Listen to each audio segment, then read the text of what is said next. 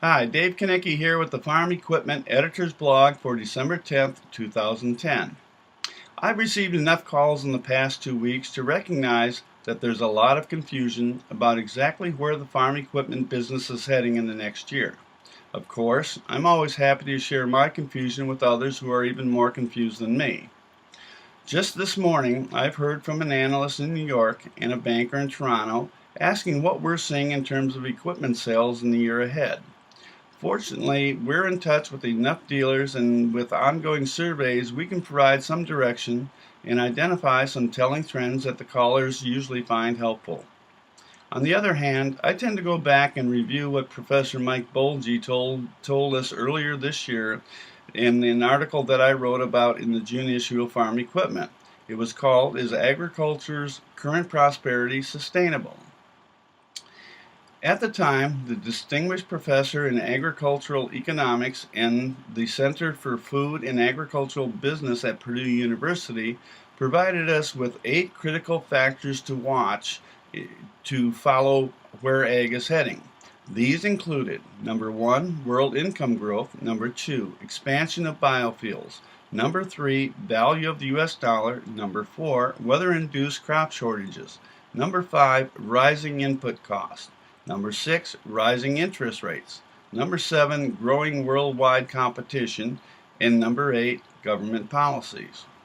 Without rehashing Mike's entire message here, pick just a few of these factors and take a look at where things stand today versus a year ago. Let's start with biofuels, since my inbox has been stuffed with news about ethanol in the last few weeks.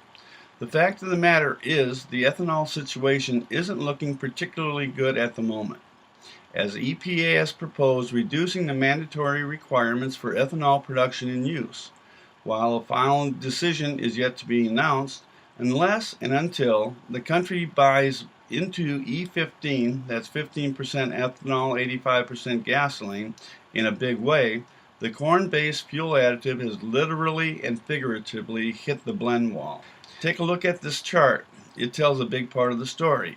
And with all of the anti-ethanol special interests cranking up the pressure on EPA to reduce the mandatory requirements, it's going to be difficult to count on much growth here. Okay, now let's look at interest rates. 2 headlines I'm looking at as I write this include: Fed's Bullard says probability of taper next week has risen. The second headline: stock gains shrink as Fed officials broach note of QE taper in December. In other words, when the Feds start tapering, interest rates will start rising. And then there's growing worldwide competition. After years of growth, according to USDA, in the 2012-13 marketing year, Brazil